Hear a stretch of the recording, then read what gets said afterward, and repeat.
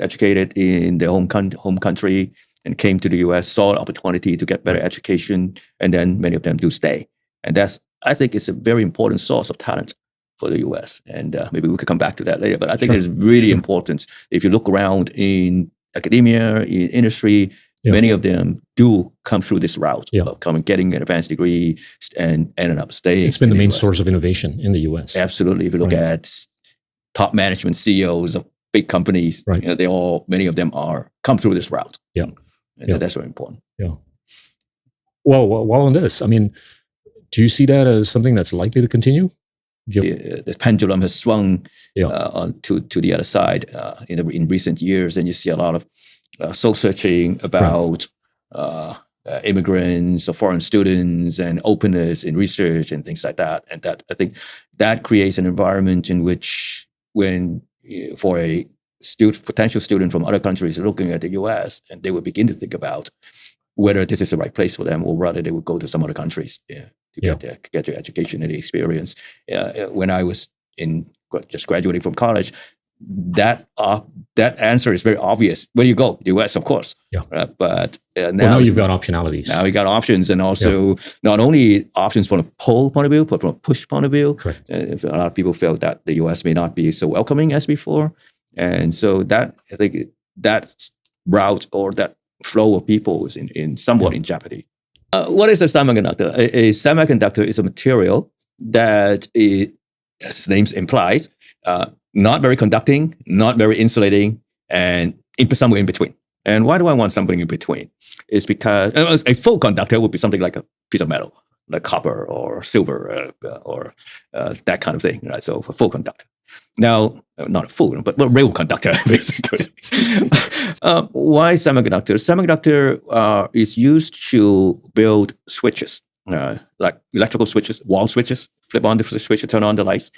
And computers are actually a bunch of switches. We compute by designing the organization, arranging switches, how to route the switches around. In the early days, the telephone, you have a switchboard, and you have real people who connect one line with another that in a switchboard. And all these are replaced by chips today, of course. And so computers do computation by flipping switches, basically. So a semiconductor can be turned on to be conducting, or be turned off to be not conducting. And that basically is what a switch is about. So a semiconductor is used to build switches. And so that's why semiconductors are useful, because it can be turned on or turned off. Right? Every year and a half to two, the doubling of the capacity and the speed. What's going to happen with Moore's law? Okay, first of all, that Moore's law, which you refer to, doubling of something, initially he was just suggesting doubling the number of transistors on a chip. And later on, people modified it and double anything, which is not really what he meant, but people tend to associate it with Moore's law that way. Right. But that one is basically a self-fulfilling prophecy. And it's actually a rather unusual situation for a technology or for industry. I believe one of my colleagues, Professor Jim Plummer, said that he's not aware of any other industry that has this kind of self-fulfilling prophecy. And namely that everybody thinks that in X number of years, such things will happen. Right. And so because companies are competing, because there's a prediction out there, companies are trying to either meet or exceed that prediction so that you can be better than your competitor. So as a result of that competition to get to that particular goal, that goal is satisfied because of the intense competition. And also, not only just the desire to compete, but also having a goal allows everybody up and down the chain, the entire chain of events, from materials to device technology to circuit design and architecture and so on and so forth, up and down the chain to have a predictable cadence. Let's say I'm designing something. I need what I designed to be run on some kind of chip. Now, I cannot start designing the chip unless I know what the chip technology can do, what the capability is. Just like if you try to run a marathon, right. I cannot win the marathon unless I know what my capability is. So you need to know what the capability is before you can design your chip. Now, without that prediction, You wouldn't be able to say, I'm going to design this based on this assumption that the chip technology will give me this kind of performance. I cannot do that. But with this kind of self-fulfilling prophecy, I know in 2 years, the chip technology will advance to a point where I can count on that particular performance. And so therefore, I will tailor my design based on that assumption. And that's very powerful. Very powerful. It sort of framed the behavior of the industries. Absolutely. Right? Absolutely. Consistently for decades. Even that I gave the example of designing chips, even down to the material supplier. The material supplier knows that the chip manufacturer will need this kind of material, or will need this kind of material to have that kind of performance in 2 years. So therefore, I work on developing it with the full knowledge that when I get done, I will have a customer. That's risk mitigation is very important. If I develop something, I spend millions, multi-million dollars developing something. I didn't know whether there's a customer. But that's bad. Yeah. But in this case, I know. What's going to happen to Moore's law? Is it likely to be more exponential than whatever we have seen in the last few decades? I think there are two dimensions of it. Well, for short answer, yes, it's going to be more exponential. Yeah. Okay. Why do I say that? First, for the last several decades, we know that there's one way to improve the performance of the chips, which is to make it smaller. And there are a lot of physics involved and to explain why making it smaller is better. Right? So we know that there's one way, and we've been kind of turning that knob for several decades now. Right. And that knob has kind of saturated a little bit, just like anything else. You put the gas pedal, it hits the floor. Right? In the beginning, you're accelerating, but then pretty soon you hit the floor. Right. So that's for sure. But that doesn't mean that progress will not continue to be made, because there are many other knobs. There are many other ways to make progress. It's just the analogy I'd like to have is, for the past 50 years, we've been walking inside a tunnel. There's only one way ahead. We know what the goal is, and we just want to make progress. And to make progress, that's one, making devices, making transistors and memory smaller will allow us to pack more devices on the same chip and therefore get more functionality, better performance, and so on. That method is the one method that we know, and that is saturating, but it's more or less like walking inside a tunnel. There's no way to go, it's the only way forward. But now we're at the exit of the tunnel. Now at the exit of the tunnel, there are two ways to interpret it. One, you fall off the cliff, you're dead. Second is the world is open, wide open, no more confining. You cannot go left or right. You can go anywhere you want. I think my interpretation is we're at the exit of a tunnel. There's so many possibilities, and we will continue to grow in capability in an exponential way, or even faster. Now, why am I so optimistic about that? Is because necessity is the mother of inventions. And my optimism arises from the fact that society demand more from these chips, not less. Society will demand more and more from semiconductor technologies, of chip technology, in the coming decades than we have done in the past few decades. So because it's coming from the demands, innovation will come up and bring the technology up in a much faster pace than before, because we are not confined by the tunnel anymore. What could go wrong? What could go wrong? Geopolitics could go wrong. I think that's a very important aspect that wasn't there just maybe like a handful of years ago. I think that is an important part, because research and development thrive on collaboration. And there are many, many examples. We can go into that a little bit more later. But it thrives on collaboration. And if geopolitics cause collaboration to not happen, then the rate of progress will be severely curtailed. I think that is something that could go wrong. And I've said it before that, ironically, in a multipolar world, multilateralization becomes more difficult, because there's this tendency of revisionism by the new middle powers or greater than middle powers, right? And the pre-existing superpowers are not comfortable in embracing this new mode of multipolarity. I want to put this in a context of what you've been affiliated with, TSMC, right? They've basically created a recipe for success that involved a lot of collaborative undertakings, right? From a supply chain standpoint, from a research and development standpoint, from what have you, not just amongst enterprises, but also between academia and policymaking and entrepreneurship, right? What made them the way they were or they are? I think your observation is extremely astute in the sense that a lot of people think a company like TSMC is a collection of factories and tools, right, or even just factory workers, yeah, and that's about it. But really, it is not. It is a enterprise that involves a lot of collaborations, that thrives on the network of customers, network of suppliers, network of collaborators in research and development, network of collaboration with the broader society in which they live in, right, the Taiwan society. It is a network of all these things, and even more, perhaps, I didn't go into. So that piece, that collection of relationship is what makes this company the way it is. Let's say we all of a sudden transplant this company to another country or another place that doesn't have the same political economic system.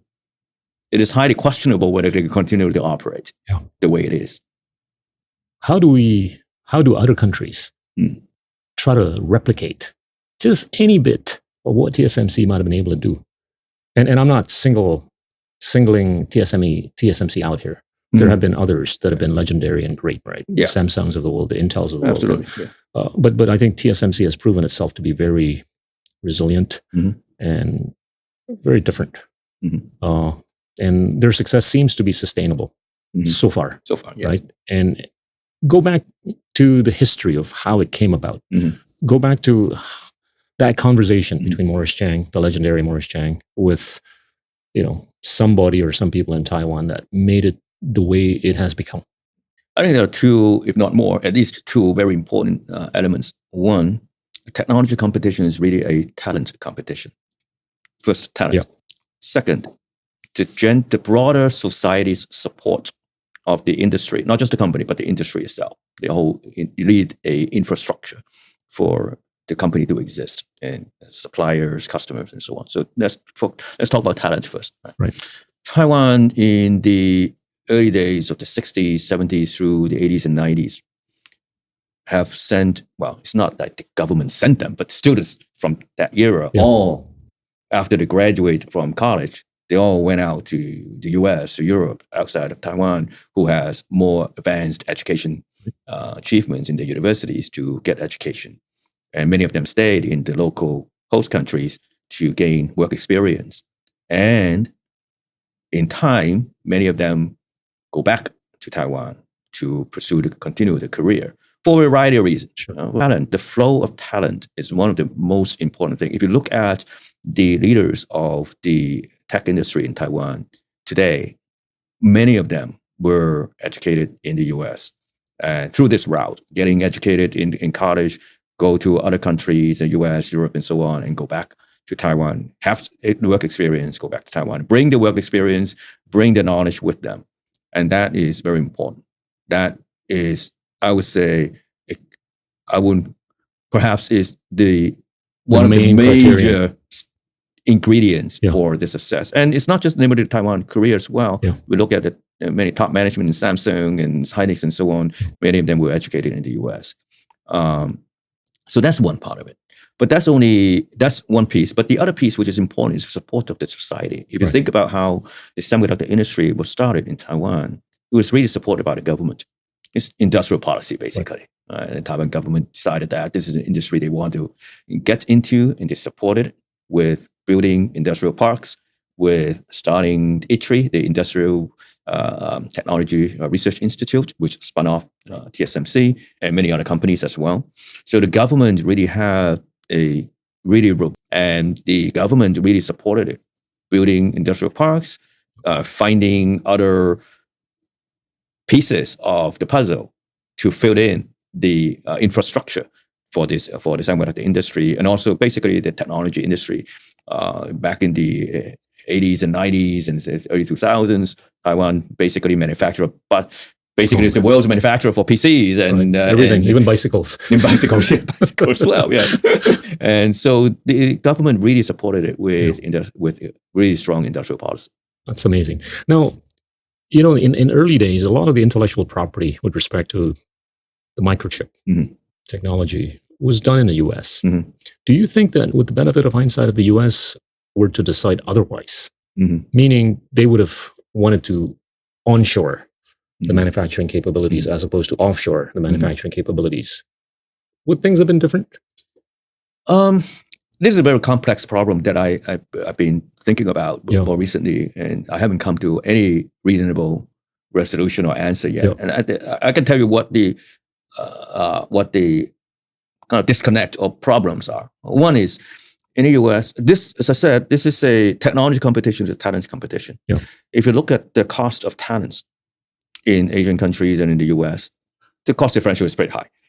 Right. So it's getting smaller, but back then it was huge. Oh, it was huge. It was huge, right? So to get talented people working on hard engineering problems in, let's say, in Taiwan or in Singapore or in Korea is way less costly than it is in the US. So in other words, they could deploy many high-skilled talents to solve engineering problems, whereas the US is at a disadvantage in terms of cost. Not capital cost, but just talent cost, right? Give an example. I recently went through more than 20 years of TSMC annual report. Every year they report on the education level of the employees. Starting from 1999, about 40% of the employees have a bachelor's degree and above. Today, 80%. Wow. Now, that coincides precisely with the steady climb in the technology ladder, the leadership race, the steady climb from beginning. They were licensing it from RCA, licensing technology from the US and bring it back to Taiwan. Gradually, they learn how to do things themselves. And the way they do that is to get talented people. So they started from 40% people, employees who has bachelor's degree and above, to today, 80%. And so that really tells you technology competition is a talent competition. Within Asia or within the world, which countries do you think are likely to be able to emulate the kinds of successes that we've seen in Taiwan? Well, I've seen countries like Singapore, Korea have been tremendously successful. Right? Korea, I remember back in the 60s and 70s, Korea was nowhere to be found. Nowhere, right? Yeah. And then later on, they have kind of Me Too type products. Right. Slowly, they climb up the learning curve. And I remember years ago when you see Samsung, I say, "What the heck is this? Well, now it's non-reliable. Now it's the best thing in the world." So these countries have done quite well. What about China? China is. I don't think we could ignore their capability. They have. Let me talk about something that I'm familiar with, just research. Right. I'm academia. I know research.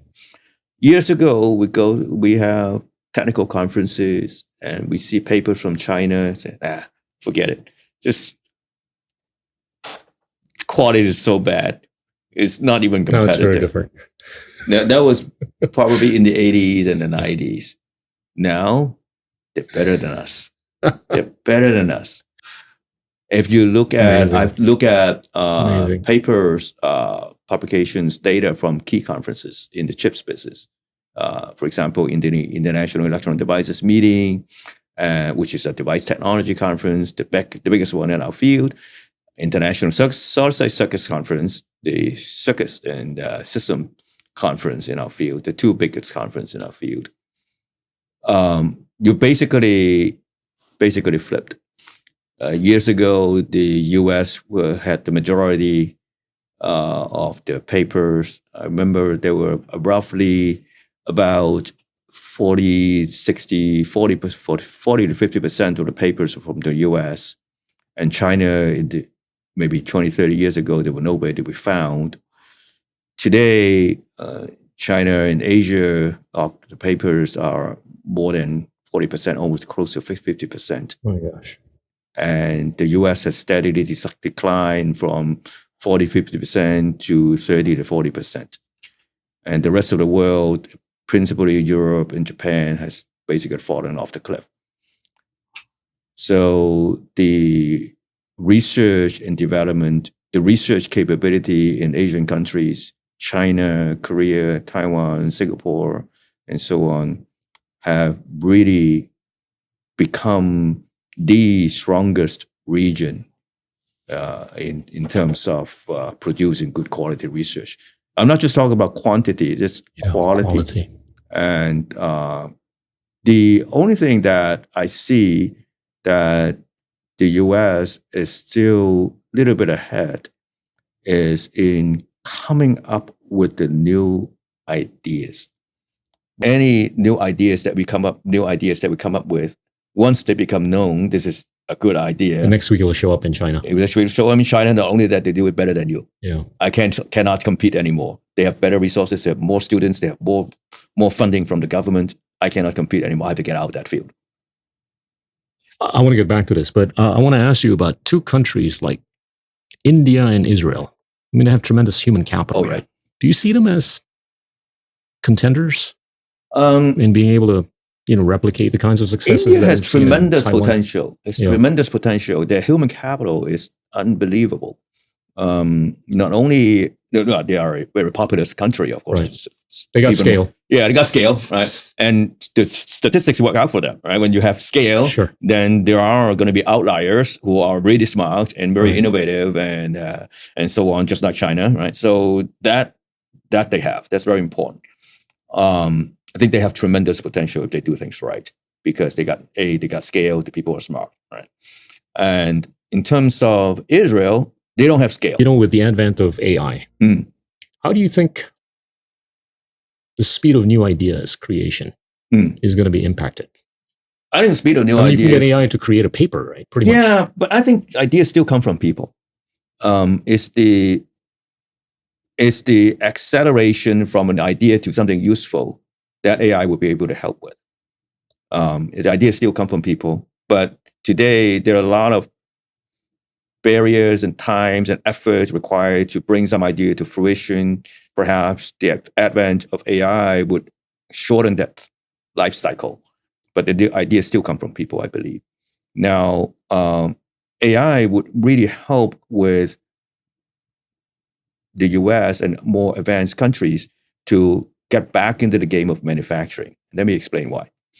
I mentioned earlier that the cost of human capital you cannot ignore it. The differential is there because of the standards of living and so on and so forth. It's there.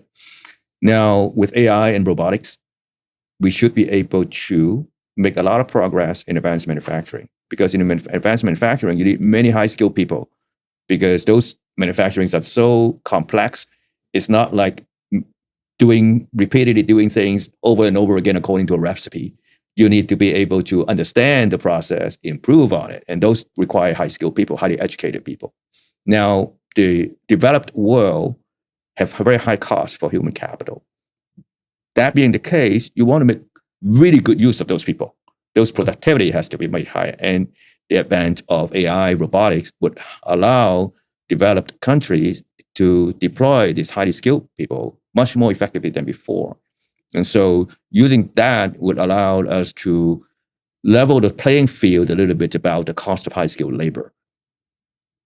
In the next 10 to 20 years, how do you see the landscape of the competition? In terms of countries. I mean, I think China is definitely pouring a lot more money onto this. The United States seems to be wanting to put more money onto this, not just on the IP side, but also on the manufacturing side. Mm-hmm. Korea seems to be very tenacious, right? How do you see the landscape? It's a bit like a Sputnik moment. Yes. From a chip standpoint. Yeah. And not only chip, but many technology as well. Right. Many other technologies you can think about, like electric vehicles, batteries, and so on. They're all like that, right? So the world is becoming a little bit. The world of manufacturing or technology becomes a little bit more polarized, right? So you kind of separate into 2 cams or 2.5 cams and things like that. Right. And people need to, some countries will need to play both sides and find their way around. But generally speaking, we think of it as 2 cams, right? Now, that being the case, then as I mentioned earlier, for technology to advance, you really need open science. You need collaboration. So now being that there are 2 camps, they don't talk to each other, that means things are going to go slower. What does that mean? That means the society is going to benefit less because things are going to go slower. All right. Second is the separation of supply chain, costs will go up. Right? You need to find your suppliers, not the lowest bidders, but thinking about geopolitical situation. So cost is going to go up. Now, the question is, who's going to absorb those costs? And it's not clear who's going to absorb those costs. And today, if you look at, in part, why manufacturing in the US is such a bad situation today is, in part, I believe, I'm no economist, I'm just guessing. I'm an engineer, right? So maybe an economist listening to this podcast would say, wait a minute, what's this guy talking about, right? But my guess is that the distribution of profits is not equitable across the entire chain. The companies who are operating at the top of the food chain, they glean most of the profits. I'll give you an example. I was just at Western Digital the other day, and they told me that if you want to buy iPhone with more storage, they charge you $100 or $300 more. But the people who make the chips to make it happen get a few dollars. This situation needs to be corrected. Otherwise, the manufacturing in the US is not going to go well. I remember, for example, we talk about talent, right? I was once in a panel discussion with a bunch of semiconductor companies. And one person from company lamented that, we couldn't hire people. Nobody wants to join my company. We have positions we need to fill and so on and so forth. Lack of talent, lack of workforce. So I asked him, how much do you pay them? And he went silent. He couldn't answer my question. Wow. Why? Because they couldn't pay them to compete with the other people who reaps the profit, right? And because they couldn't pay them, they couldn't get enough profits, so that's why they couldn't pay them, and so they couldn't hire people. So this scarcity of talent is really structural. It is structural. Right? It's not so much. A lot of people thought that we just need to tell the universities to offer more courses. No, not going to happen. Not going to happen. You need to have the demand. I could offer 10 courses, but if nobody takes my course, it wouldn't help you at all, right? You need to have the demand from the students. And where do you get the demand from the students? The students need to know that they have a bright career in front of them. Yeah. If they take these courses, if they go into this field, they will have a good career. Hopefully we'll manage it better, right? And also the scarcity of talent. A scarcity of talent. I think it applies on both sides. Yeah, exactly. Right? The scarcity of talent. It's not just on this side of the Pacific. I think it's on the other side of the Pacific too. Exactly. Given the scale, of course. Exactly, right? Exactly. And that has to do with how the profits are fairly shared. Right. Because the companies who are doing the manufacturing and all the things below in the supply chain are not getting enough profits to offer good compensation, to offer good working environments to the employees. So even within the supply chain, there's some players that are actually making disproportionately more than the other. Oh yeah. Okay. Oh yeah. That's a structural impediment. Yeah. To the desired speed with which you want to move. It is. I think the policy makers and the economists have to recognize that. Now, talk about, there's the logic chips, there's the memory chips, and there's the special chips, right? Mm-hmm. We call it discrete or whatever. How will that fare going forward in terms of who's going to be more dominant than the others within each one of those 3 categories? I think those 3 categories, they're all important. Okay. Yeah, it's not like one is more important than the other. They're more important. Like, for example, we're doing this podcast, right? You need computers to crunch the data and stream the thing out. Or into storage too, somewhere. Yeah. Up and in the you need storage to store it, right? Yeah. And the microphones, the video cameras, they all made of chips. Those are specialty chips, right? So they're all important. Right? And so we couldn't say, we can do without one of them. No, we cannot. They're all important. Now, as far as resources goes, today as of today, the development of logic chips requires the most of the resources, because they are the ones who are driving, in our kind of industry's parlance, is the technology driver. The requirements drive the development of new technology, new equipment, new processes, new materials, new devices, new design. Those applications drive with AI, it drives big computers that can crunch these numbers for the AI models. And it also drives the development of computing chips that are so energy efficient. You can do things on the edge, what they call the edge of the internet. You go buy a VR AR headset today, you have to have a battery pack to come with it. And it's not the end state of VR AR headset. I'm pretty sure about that. Right? in the final analysis, VR AR headset is not going to operate like that. Yeah. But this is kind of like the intermediate stage that you need to go through. Just like cell phones used to be like the size of a brick. Yeah. Right? And I remember those. You remember those, yeah, right? In the early 90s. In the early 90s, yeah. Right? And those can only make a call and cannot do anything else. Right. And I will tell you a story. When I was at IBM, I used to work on image sensors. And in the mid 90s, I had an idea. I filed an invention disclosure about putting a camera on a phone, on a cell phone. This was in the 90s, right? In the 90s. And progress that we desired the chips to have, these capability today is driven by computing means. But it doesn't mean that it will continue to be the case. It doesn't mean that. And also it doesn't mean that there's no real need for innovation in other places. For example, just take image sensor, for example. Tremendous innovation in image sensor. And they offer new capability in VR headsets. You need to have new innovations in image sensor and the way they receive the signal, convert it, and do processing right up front, not right at the sensor end and not back in a mainframe computer. So all these innovation needs to happen in order to kind of satisfy our society's demand for technology in general. If you look at, for example, the 17 Sustainable Development Goals of the United Nations, I basically go through all of them and say, hey, at least 12, 13 of them require advances in computing technology and chips technology in general. So without those, all those development goals will be severely curtailed. 30 some years ago, when Morris Chang came up with this split between fabless, namely companies that only design and do not have any factory for building chips, and foundries focus on building chips and not designing anything, that demarcation, that split, caused a blossoming of design activities, because people who design do not need to own the capital and all the baggage of owning a factory. And so they could then specialize on doing design. At the same time, people who own the factory can specialize on running the factory and also having the benefits of having zillions of customers instead of one customer. If I manufacture my chip, I sell my chips directly to the customer, then I not only one customer, that's myself. That's not enough to have scale, to have this economy of scale for the manufacturing. So this split has really blossomed in terms of making the design ideas go a lot faster than before, and created a lot of business opportunity that did not exist before. Because previously you have to have tremendous capital investment before you can design your own chip. Now you don't. You just have to design and somebody will make it.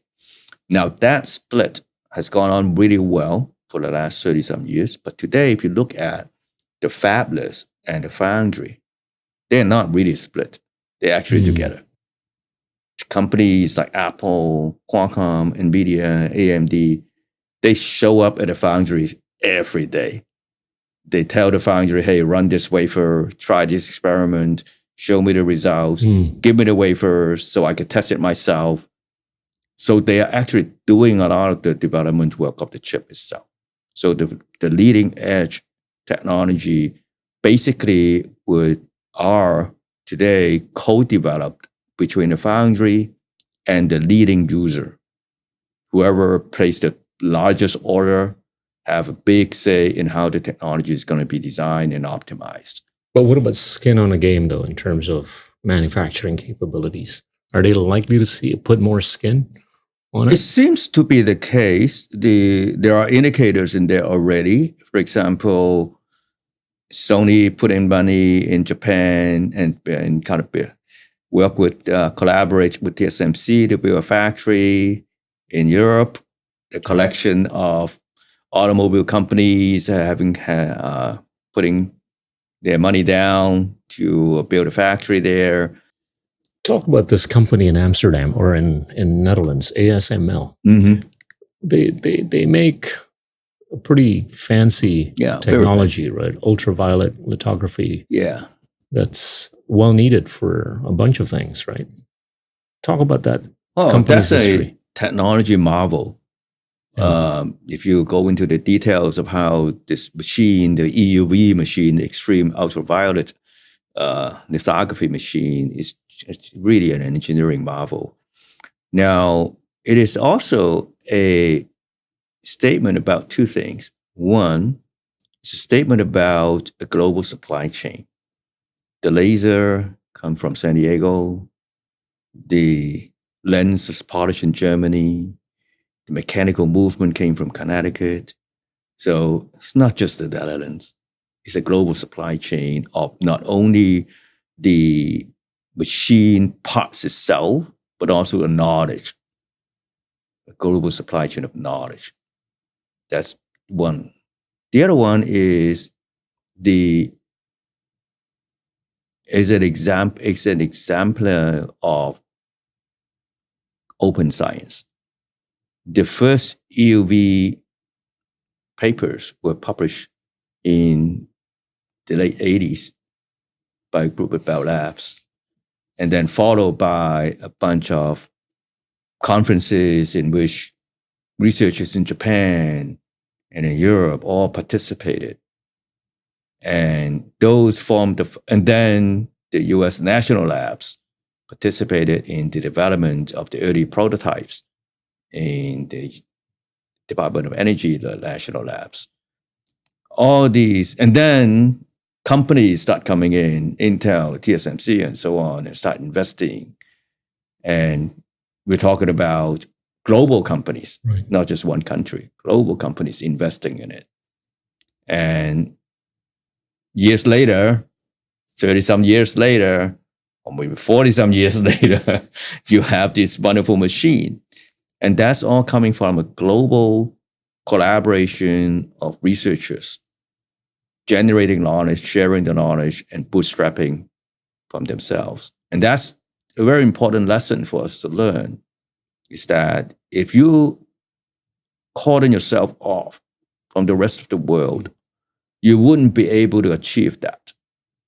Or even if you are able to do that, it will take a much longer time, and you lose the window of opportunity.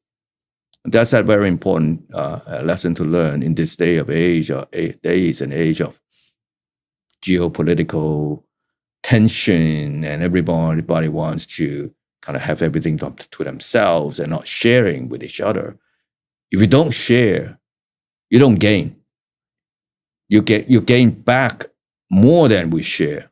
I think that's basically how I would characterize it. You breed a sense of optimism just by way of how the intertwining of different stakeholders in multiple countries. You seem to suggest that serves as a structural cohesive force for that to be very. It's very difficult to rip it apart. Yes. Right? Yes. And if you do rip it apart, you lose. Everybody loses. Everybody loses. Yeah. Yeah. Everybody loses. But, given the fact that we're seeing so much political neurosis in many parts of the world, right? Sometimes people don't act rationally. Yes. They act based on what their heart tells you, not what their brain tells you. Isn't that a risk? Yes, there's a risk. I think in some parts, I think it's due to the lack of understanding rather than any bad intent. It's not because somebody's bad intention or anything like that, but I think it's more like a lack of understanding. I came to that observation through my participation in a study from the Hoover Institution about 2 years ago. They had a study about U.S., China, Taiwan, and semiconductors. And they published, after 2 years, they published a report called Silicon Triangle. You can go on the Hoover website and download it. And through that participation, I understand, my observation is that many of the people in the policy circle, they don't understand the technology. Yeah. Therefore, because of this lack of understanding, they would make policy that really doesn't make sense from a technology. If you do have this technology underpinning, it doesn't make sense. Now, it doesn't mean that the people making policy meant bad or anything like that. It's just a lack of understanding. And it also doesn't mean that the people making policy are dumb or anything like that. It's not. Nobody understands everything under the world, right? Today, they may be making policy about the pandemic, and tomorrow they may be making policy for semiconductor chips, and the next day maybe nuclear arms, right? So there's no way anybody, any single person or even a group of person can understand everything under the world, right? But I think policymaking would really be helped if there are more people who have domain expertise are participating in the formulation of the policy. And today, I think we have very few people who understand, at least in the semiconductor space that I'm familiar with, who are materially participating in the formulation of the policies. And I think that is a big hole that we need to fill. Do you suggest a higher degree of cultural interaction? Oh, yeah, absolutely. Right? I get the sense that people are not spending enough time in each other's places. Absolutely. Yeah. Right? Like I said, while I was participating in this Hoover study, many of them are policy people, China experts, and so on. And at the end of the study, we all understand a little bit more about what the other people are experts about. I didn't know anything about China policy or industrial policy before, but I have at least some introductory understanding about it by now. And my colleagues likewise have some introductory understanding about semiconductors. They wouldn't ask the question, why not a full conductor? Well, we've talked a lot. Any final messages, Philip, to people in Southeast Asia or anywhere around the world so that they can feel more optimistic about their becoming much more, positive and constructive about attaining STEM capabilities, hopefully some sort of manufacturing capabilities too, and being able to be collaborative with the rest of the world and all that? Well, one of the things that turned out to be positive thing for kind of developing countries or countries who are interested in advanced manufacturing, generally speaking, right? Not just chips, but advanced manufacturing, is that because of the renewed sense of sensitization to supply chain resiliencies and so on, there is more of a diversification effort going on right now, that these countries who are historical in the past haven't really participated in this space have a great opportunity right now. And that means they need to be prepared to take this opportunity that is opening up to them. And that means, taking from the Taiwan experience that I mentioned to you, that we discussed earlier, that means talent cultivation and government policy to support it, and general society, local society to support it. In terms of talent, by the way, a lot of people talk about workforce development. Yep. I actually don't like that word that much. I like to call it talent cultivation, because it's really talent, not just workers who repeatedly do the same thing, but really people who can continually learn and try do new things and understand the things what they're doing and be able to improve on it. Those are what talent will do, right? Not just generally workforce in the traditional sense of the word. And the other aspect is this general society support of the industry. I'll give you another interesting story. TSMC wanted to build a new factory. Let me ask you, with the benefit of hindsight, if there wasn't a meeting between Morris Chang and a public official who had the authority and also the vision, well, both of them had a vision, right? Would there be a TSMC? Perhaps. Yeah. Perhaps. I mean, history developed the way it is because of certain events, certain people, right? It's serendipitous. Yeah, it's really, there's a Chinese saying that whether it's the situation that created a hero or the hero that created a situation, right? Yeah. I think it's a little bit of both, yeah. right? Even if there is an official who started a conversation with a certain person, if that person is not astute enough, then there's nothing's going to happen. Or there's a very visionary person, but there's no corresponding government official who sees things the same way, nothing's going to happen. I think it's a little bit of both.